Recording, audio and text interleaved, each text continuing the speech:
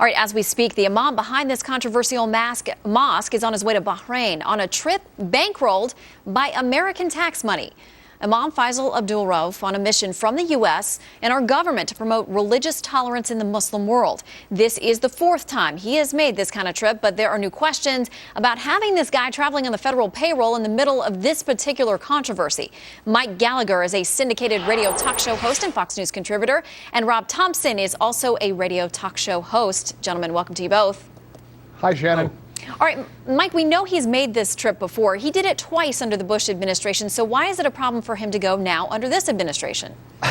Well, because now he's under the scrutiny of this controversy, this monstrosity of an issue. I mean, this is, Shannon, the single craziest aspect of what has already been a crazy story. To this day, I don't know how this is a debate, how Americans are tolerating even the concept of this mosque being built so close to ground zero to hurt the families of 9/11 victims. But to think that taxpayers are going to foot the approximately $16,000 bill so he can go on a Middle Eastern tour to perhaps fundraise for the mosque from like-minded Muslims is over the top and just an example of the sheer idiocy of this entire debate. I mean, most Americans are sitting at home scratching their heads saying, wait a minute, we're paying the bill for this guy to go over to the Middle East to fund? Are you kidding me? Everything about this story is nuts. To be fair, though, P.J. Crowley, who's a spokesperson for the State Department, says we have talked to him. He knows that he is not supposed to do any fundraising, no personal activity.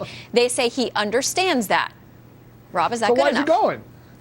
Well, that shouldn't even be a question. Mike, you brought it up yourself. This is his fourth time going. This is an ongoing program with the State Department to spread the word that this is the irony of it all, Michael, that we are spreading the idea that America fosters religious tolerance. And we're sitting the very man in the middle of this storm who has been maligned as much as any man in America has been over the last couple of weeks. And we're sending him across to actually talk to other Muslims and say, America is, in fact, a good place. You can, in fact, worship where you choose, where their constitution is solid and firm. And don't be afraid of the United States, because they do, in fact, trust you as a Muslim. You can worship where you'd like. And we're sending him over there. And at $200 a day, Mike, your lunch cost more than that. Oh, no. My lunches do. You're right. But $200 a day is just his meal money. It's $16,000 plus. Plus the $200 honorarium. Right, and here's the real message. Rudy Giuliani said it best. If this was truly about healing, if this mosque was intended to promote reconciliation, the backers of the mosque would immediately see the firestorm they've ignited and they'd go somewhere else. They don't want to do that, Robert. You know they don't want to do that. You know what they're up to. It's a provocation, and it's an attempt to show the Islamic world that they've conquered this chapter of this legacy, and it's unthinkable.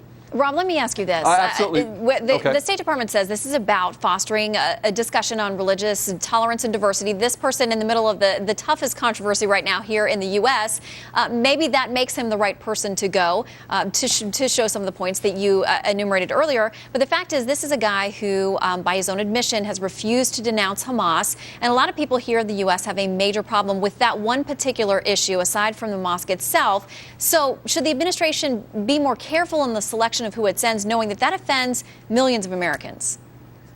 Oh, first of all, his refusal to denounce Hamas is a completely different issue, and it's also interreligious, and it's really not my business. But I do know about his stance on America and his stance on the Islamic religion as a peaceful religion.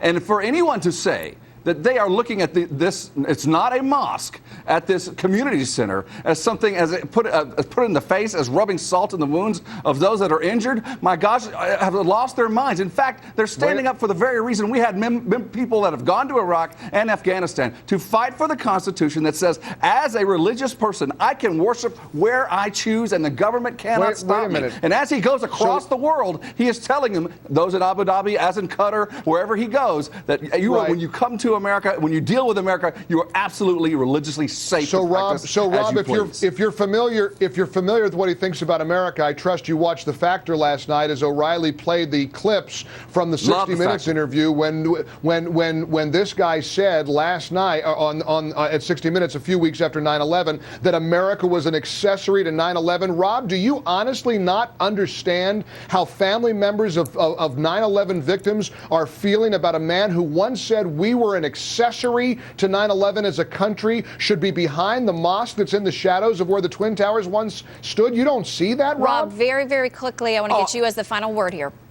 Rob.